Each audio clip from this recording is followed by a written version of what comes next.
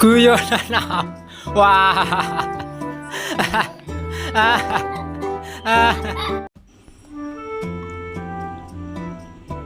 Sejak diangkat menjadi penasihat di istana, Abu Nawas jadi sering rindu akan kehidupan lamanya sebagai rakyat biasa.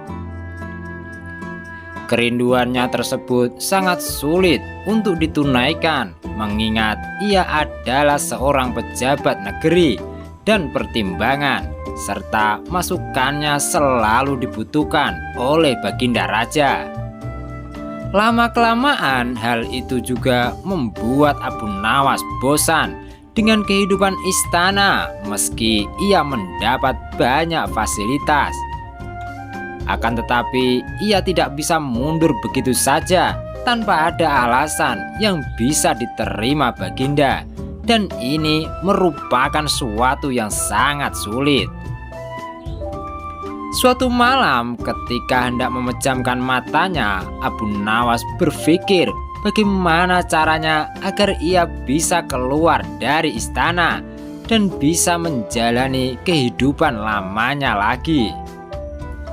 Ia merindukan bisa berkumpul dengan keluarganya kapanpun ia mau, bercocok tanam di kebunnya, bermain bersama sahabatnya, dan lainnya. Dari sinilah kemudian muncul sebuah ide gila yang bisa membawanya keluar dari istana dengan cepat. Setelah ide tersebut didapatnya, Abu Nawas pun bisa tidur dengan pulas.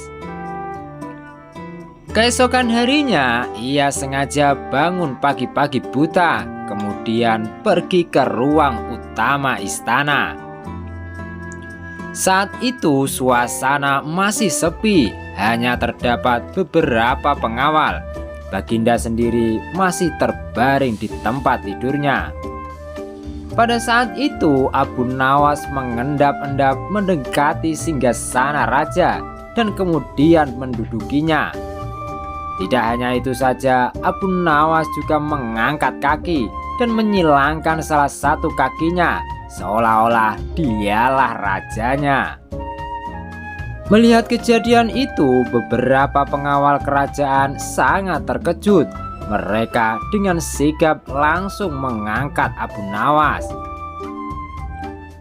Mereka menilai bahwa siapapun tidak berhak untuk duduk di singgasana raja, kecuali Raja Harun sendiri. Barang siapa yang menempati tahta raja adalah termasuk dalam kejahatan yang besar dan hukumannya adalah digantung.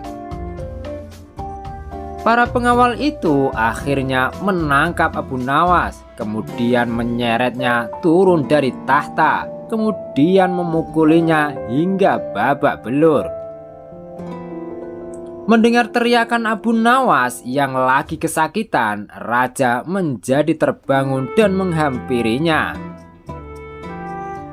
"Wahai pengawal, apa yang kalian lakukan?" tanya Baginda Raja. "Ampun Baginda, Abu Nawas telah lancang duduk di singgasana paduka. Oleh sebab itu kami terpaksa menyeret dan memukulinya," jawab salah seorang pengawal. Sesaat setelah itu Abu Nawas tiba-tiba saja menangis. Tangisannya sengaja ia buat kencang sekali, sehingga banyak menyita perhatian penghuni istana lainnya. "Benarkah yang dikatakan pengawal itu, wahai Abu Nawas?" tanya Baginda Raja. "Benar Paduka," jawab Abu Nawas.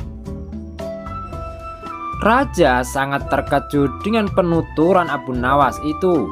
Jika mengikuti peraturan yang ada, Abu Nawas akan dikenai hukuman mati. Tetapi Baginda tidak sampai hati melaksanakannya, mengingat begitu banyak jasa yang diberikan Abu Nawas kepada kerajaan. "Sudahlah, tidak usah menangis. Jangan khawatir, aku tidak akan menghukummu. Cepat hapus air matamu," ucap Baginda Raja. "Wahai Baginda, bukan pukulan mereka yang membuatku menangis. Aku menangis karena kasihan terhadap Baginda, kata Abu Nawas. Baginda Raja tercengang oleh ucapan Abu Nawas. Engkau mengasihaniku? Tanya Baginda Raja kembali. Mengapa engkau harus mengasihaniku? Kata Baginda Raja lagi. Lantas Abu Nawas menjawab, wahai Baginda Raja, aku cuma duduk di tahtamu hanya sekali, tapi mereka telah memukuliku dengan begitu keras. Apalagi Paduka telah menduduki tahta selama berpuluh-puluh tahun. Pukulan seperti apa yang akan Paduka terima? Aku menangis karena memikirkan nasib Paduka yang malang, jawab Abu Nawas. Baginda tidak menyangka Abu Nawas menjual harga dirinya di depan banyak pengawal. Oleh karena itu, Baginda Raja hanya menghukum Abu Nawas untuk dikeluarkan dari istana. Baiklah, jika demikian, mulai detik ini kamu harus meninggalkan istanaku, kata Raja sedikit geram. Baiklah Paduka, jawab Abu Nawas sambil menyalami Raja Harun untuk kemudian pamit keluar dari istana. Ia pun merasa bebas sekarang karena yang ia kehendaki telah tercapai meski harus babak belur mendapat pukulan pengawal. Tamat.